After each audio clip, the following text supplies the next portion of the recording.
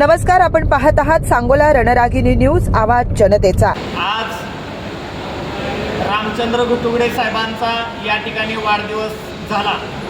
खरं तर एका छोट्या नेतृत्वाचा 58,000 ज्याला मतं पडली त्याचा वाढदिवस या ठिकाणी झाला। समता परिषद आणि ओबीसी चळवळ इथून पुढच्या काळामध्ये सांगोला तालुक्यामध्ये मोठ्या ताकदीनं काम कराल आणि सांगोला तालुक्यामध्ये जे नेते म्हणतात ना, माझा माणूस येणार, तुझा माणूस येणार, हे कशाच्या जीवावर यांचा माणूस येणार आहे आम्हाला बघायचं आहे।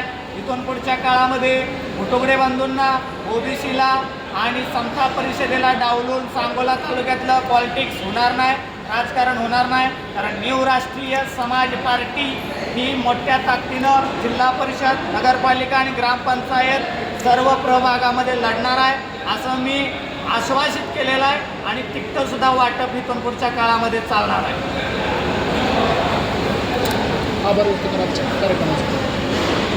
आज माझ्या वाढदिवसानिमित्त पत्रकार बांधवांचा पुरस्कार सोहळा पार पडला। यासाठी सर्व पत्रकार बंधू भगिनी वेळेत वेळ काढून उपस्थित राहिले त्याबद्दल मी सर्वांचा आभारी आहे आणि जे कार्यक्रमाला उपस्थित राहिले त्या प्रमुख पाहुण्यांचाही उपस्थित आहे आभारी आहे। आणि इथून पुढच्या काळात काही प्रस्थापित लोक त्यांच्या बगलबच्च्यांना तिकीटे दिली जातात, माणसं बघून तिकीटे दिली जातात, तसं न होता माननीय डॉक्टर बाबासाहेब आंबेडकरांच्या घटनेनुसार न्यू राष्ट्रीय समाज पक्ष आणि समता पार्टी ओबीसी मिळून इथला जिल्हा परिषद अध्यक्ष, महापौर, नगराध्यक्ष हा न्यू राष्ट्रीय समाज पक्षाचा कसा होईल हा प्रयत्न राहील। धन्यवाद।